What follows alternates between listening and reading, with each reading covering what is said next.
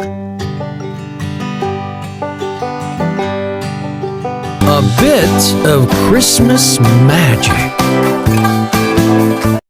There is a Christmas talent show in Woodland Village today.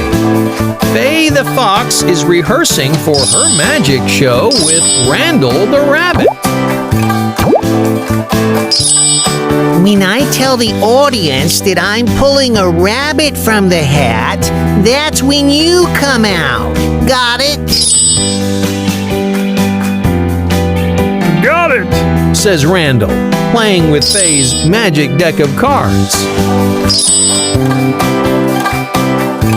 The talent show begins and Faye is getting very nervous.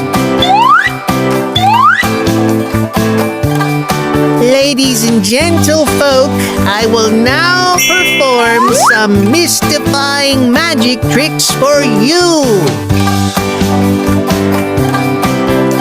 Faye starts with a card trick. Oh, but every card that she pulls from the pack is the wrong one. The crowd laughs aloud.